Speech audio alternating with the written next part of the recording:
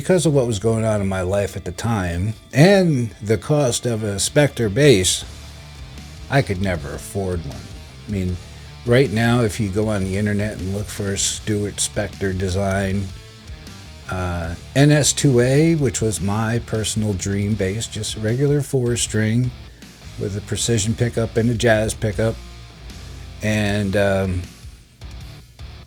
yeah, I think in those years they were like $4,500. Still lots of money, but it was the sound. It wasn't necessarily the feel of the bass. It was the sound.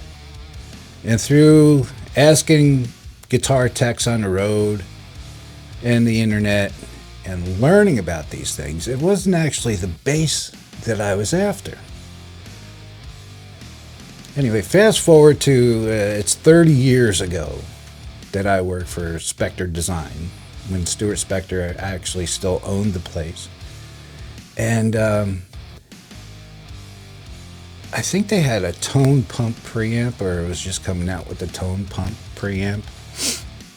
The Kramer Spectre ones, before Kramer closed down there in Jersey, they had the HasLabs preamp. The HasLabs preamp is, I can't describe it. If you are easy on it, it's nice and clean. But if you really dig into the strings, you get that aggressive crunch kind of sound. And I've tried all kinds of different pickups. You'll see when I tear my precision bass apart that I had Frankensteined it underneath the pickguard, because I tried a Taurus preamp, which is a huge preamp board in multiple pieces, and I shouldn't have done that, but it's under the pickguard. Nobody cares. But you'll see it when I take the bass apart. So fast forward to these years, and we have this. This is washed out with the light. Now we have this LHZ vintage bass guitar preamps. All right. So Lonnie has gone through and sourced the electronics and recreated the HasLab bass preamp as close to the original as possible, using better components or the same components if he was able to source them from back in the day. Right now in my Fender Precision, I have the BQX or whatever it is, EMG preamp and EQ system, and they're fine. They're okay. There's nothing wrong with the EMG pickups or their preamp system. Running it on 18 volts. I'm running that system in both the Precision 4-string and the Jazz 5-string. So I went and bought the LHZ bass preamp for both of these basses. I'm not going to show you how to install these. It's pretty much plug and play. But I will make a time lapse of me taking everything apart. And I'm going to do the 2-volume option. So there's going to be 2 volumes. And then you have the controls for the LHZ preamp, which is right here. And we're going to put that in my Precision bass. And these bags I have since 9th grade. Hardware from guitars and basses and whatever else I've collected through the years. I have plenty to make up what I want to do. I also have like 11 of these EMG volume controls left over. I have options for knobs, you know, I got those. I've got the dual concentric pots with the knurled chrome finish and all that. I'm not going to use those. There's no need for that. I'm not going to use the BQX or BQZ or ABC or whatever preamp system. That's coming out of the bass. We're going to do the HasLab system. All right. From what I understand, there's a lot of love for these LHZ preamp systems. I also found out that Stuart Spector has retired, and Spector is now part of Korg, and that's cool. He was eventually going to retire. I think he's one of the coolest guys I ever worked for back in the 90s. And I know Stu's out there, and he's going fishing probably in Germany and wherever else they have bass, because he's a hell of a fisherman. Good for you, Stu.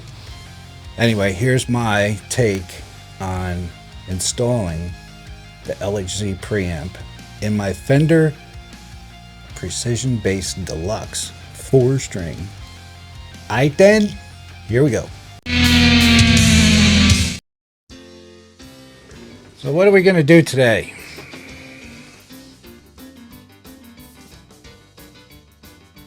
We're going to do something. I'm going to finish cleaning up the bass. Some tack cloth. Maybe some wax. I don't know. But it's nice to love it. You invest money in it. It's good to take care of your stuff. Get the fingerprints, you know. It's just like when you're taking care of an entertainer bus. You try to get rid of all the fingerprints. Even though your client's going to mess them up in 10 minutes of getting on the bus, at least you know you have done your part in keeping the bus nice. It's pride, you know. You got to have some pride in your job. There you go. So, the next thing we're going to do, there's been a lot of good writing up about this package strings. I bought this bass in 2011. It's 13 years old already. Man, time just goes by. It's ridiculous how fast time goes. I don't like it. I was telling my family today, I don't like being 52 years old, because I don't feel 52 years old. I feel more like 35. I don't look like I'm 35, but I feel like I'm 35. So we're going to install these strings, and then we're going to go through the tones that I'm getting off of this setup. All right, you got your P precision pickups here, you got your jazz pickups here. I put some more foam to raise the pickups closer to the strings.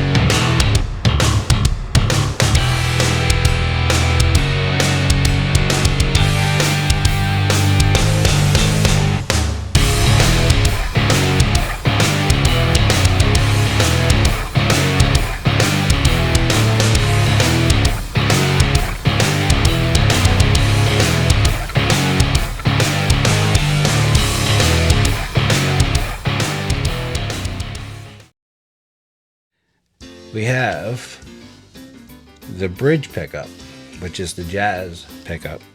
We have the neck pickup, which are the precision pickups. We have tone, the high filter, and we have the low filter. All right. I don't have any more dual concentric knobs like are on the EMG EQs.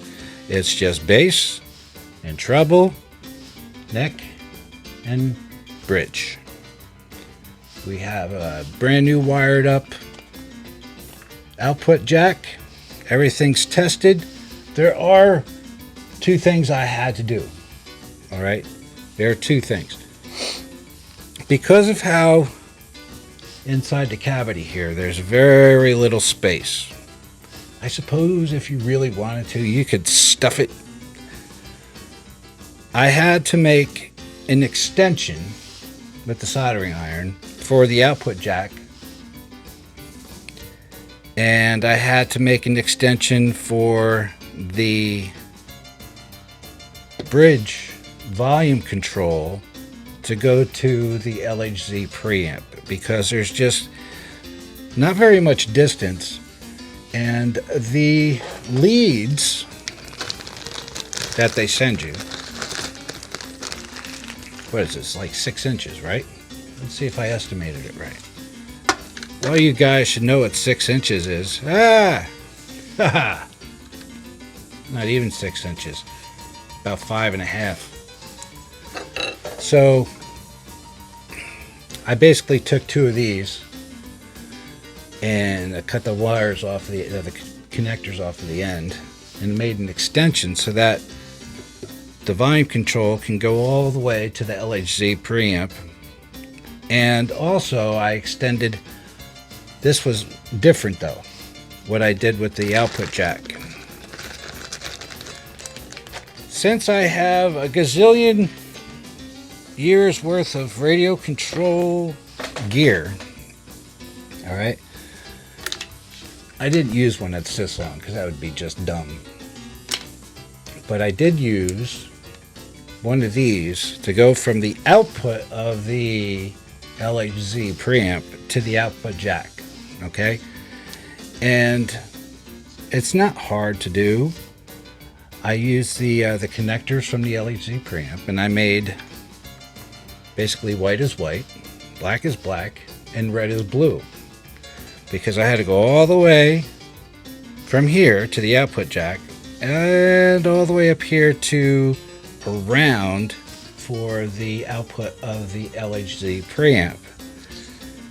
It doesn't take but 10 seconds to solder something together, put some shrink wrap on it, and then put it in the base. So I've already gone through and made sure I have signal, everything works. There's a 9-volt battery. We've stepped down actually from 18 volts to 9 volts. And that's fine by me. I think that's what the original Kramer Spectres had, was 9-volt batteries. And then years later, I think they went to 18 volts. Why? I don't know. So let's go moving on, and we'll put the bass strings on, okay? Even though I'm a big Steve Harris fan, you can tell because I got the precision bass and the mirror pick guard, duh, you know. I'm not going to complain that I'm a Steve Harris fan. He's an amazing songwriter and a great player. But I didn't go for the Steve Harris strings because I really don't want to be that guy. I read a lot more positive reviews about these strings. The Rotosound 66 long scale standard gauge, the RS 66 LDN have been positively reviewed on both Amazon and on YouTube. So we're going to install these here on this bass.